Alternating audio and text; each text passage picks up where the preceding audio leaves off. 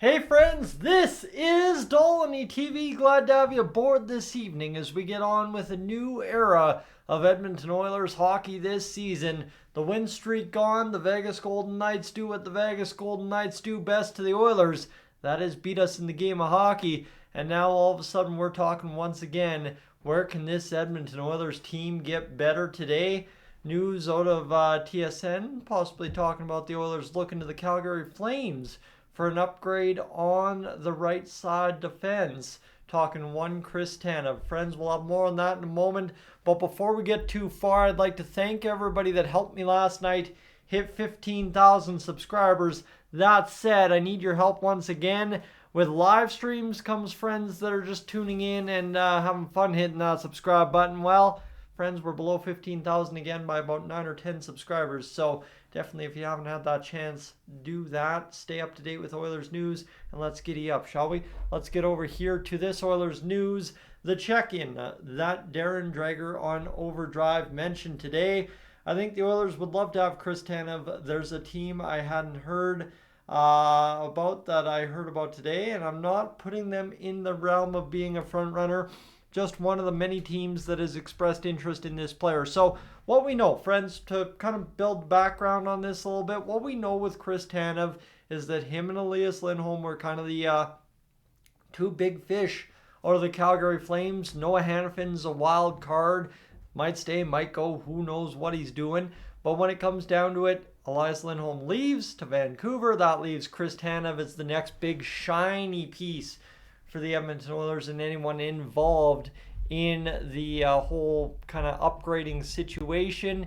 He's a UFA at the end of this year, $4.5 million cap hit. So retention gets you 2.25, which ain't too bad at all, 50% that is. And the big thing here is we again go back to what I said about Elias Lindholm, is the price for anyone else is much lower than it will be for the Edmonton Oilers should they make this move happen, which again, because it's the Battle of Alberta, because that's the whole situation, I see that as highly unlikely. So I'm not saying this move's going to happen. I'm just talking about it because it's a talking point for today on what is a slow news day. However, that said as well, let's put some more background on this. The Toronto Maple Leafs having an interesting game against the Dallas Stars tonight. I think that has brought forward a lot of chatter within Leafs circles that there is potentially a move on the horizon tonight, if not tomorrow, for the Toronto Maple Leafs when it comes down to a defenseman. And a long-rumored defenseman for the Leafs here this season is Chris Tanev. So again, maybe, maybe not the Oilers even being in the conversation, technically speaking, if this move ends up happening sometime in the next 24, 48 hours, as it did with Elias Lindholm when we discussed him earlier last week. So that is the kind of background information you need to get set up with this conversation. We ask for the Oilers, why would Chris Tanev be a suitable place for an upgrade? Well, he's a veteran, right? 34 years old, hardy, defensive style, hard-nosed hockey, Chris Tanev. You know how well he battles Connor McDavid. You know how well he battles every single Edmonton Oiler, game in, game out during the Battle of Alberta. We hate him for it, but again, like Corey Perry, you hate playing against him, but you'd love to have him on your team. Big thing here that you need to keep in mind as well is that in any move to acquire Chris Tanev, we likely lose Cody Ceci just because you have to free up that spot. And again, when you look at it here, are you really knocking Vincent Desharnais out of his spot with Brett Kulak to make that upgrade work? No, probably not. Are you moving Evan Bouchard? No. Are you moving Cody Ceci? That's the only realistic move.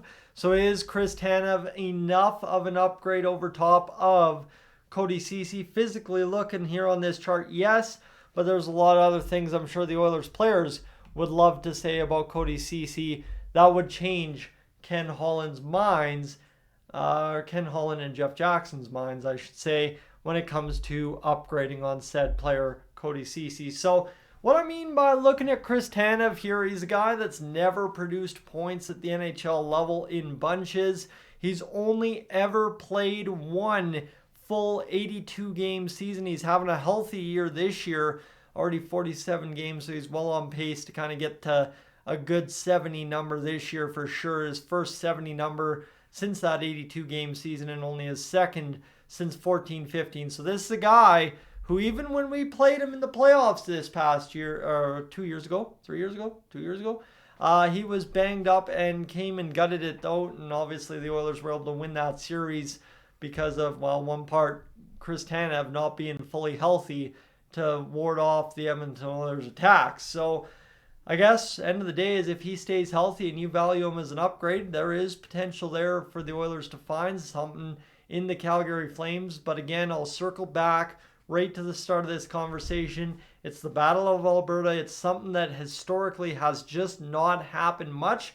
Although I guess to complete the quest of the old Northwest Division, one would think Chris Tanev has to eventually become an Edmonton Oiler, right? Wasn't it us, Colorado, Minnesota, and the Vancouver Canucks and Calgary Flames back in the day in the Northwest when yours truly became an Edmonton Oilers fan? I think so. I think that's how that played out. So keep that in mind there, friends, that the rivalry burns deep.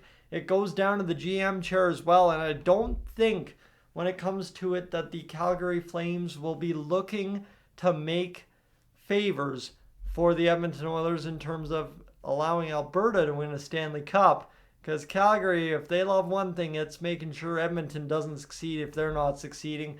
And to look at this here again one more time, we're not a front runner. Like I said, the Toronto Maple Leafs, I think by every word of the definition, is a front runner for Chris Tanev. I think they're just more well known to be making those kind of moves. Brad Treliving is the general manager of the Toronto Maple Leafs, former Calgary Flames general manager, by the way. So I think when you look at all this, I think it's very easy to look at this and say it's a whole bunch of a lot of talk for a lot of nothing. But again, you got to just talk about it because you never know when it's going to happen.